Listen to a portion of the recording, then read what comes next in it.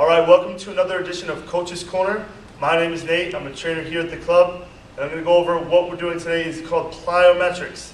Now, with plyometric movements, basically what those are movements that are actually going to help increase your metabolic activity within your workout. But on top of that, you'll be able to get neuromuscular activation while you're doing the movements. Why is that important?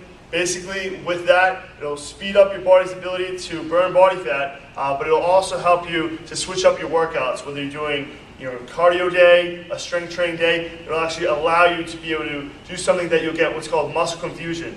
That'll really enhance any workout you may be doing. So today what we're going to do is go over 3 different movements that you can do, that you can throw into your workout. Whether if it's in the beginning of the workout, in the middle, or at the end, it'll actually help you increase your effectiveness of your workout. You get what's called more bang for your buck with what you're doing. So I'm going to go over all the different movements. So hang tight, and I'll show you those right now. All right, our first of 3 moves is going to be an upper body plyometric push-up. So with the upper body plyometric push-up, there's 2 different ways to do that. Okay, the regular plyometric push-up, and then on the knees. You just want to make sure that if you do the one with the knees down, that you keep the hip open. Okay, you don't want to close the hip on that. You want to keep that hip open because it'll actually put more stress on your shoulders if you were to do that. So on this one, just kind of make a keynote to keep those hips open if you do drop those knees down.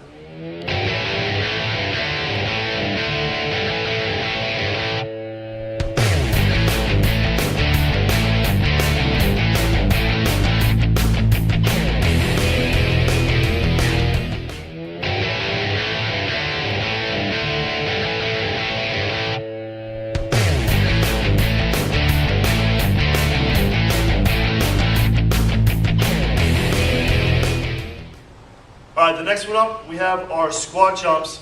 Okay, on squat jumps, you want to make sure that when you're doing this movement, you don't have too much forward flexion of the knee. When you do that, if you're going too far forward and you're jumping up, you're putting a lot of added stress onto the knee. So to take care of that, you want to sit further back. Okay, just extend those hips back, down when you jump.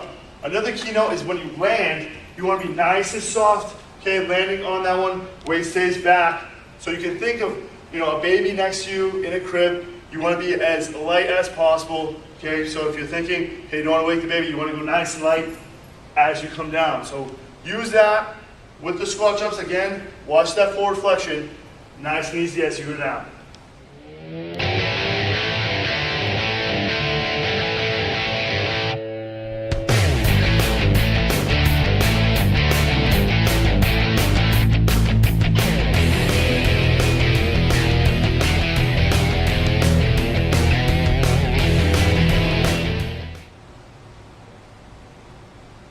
All right, the last one that we have here is a squat thrust with the press. So this can be done, in your strength training routine. You can throw this into the mix as well. We have the weights here. I'm going to show you exactly how to do this one. So when you do the squat thrust with the press, again, same thing.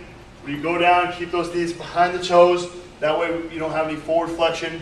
You're going to bring the legs all the way out, back, and then you're going to press. So I'm about to show you how to do this one. Any questions, ask any of the trainers here at the club, and they'll be able to assist you.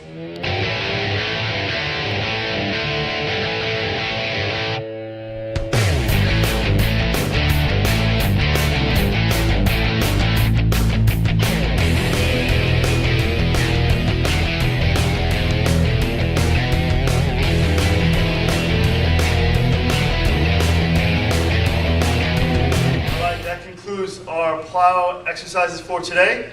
So I hope you learned a lot with this. Now, one way to implement the plyometric movements into your workout, okay, is to use what's called time sets.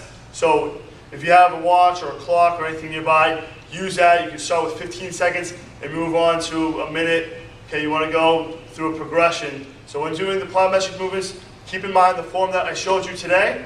Also, coming up next, our next video is going to be the part 2 of the End Shoulder Pain Forever video. So definitely tune into that. It's very effective and it will show you ways that you can keep that shoulder safe. Take care.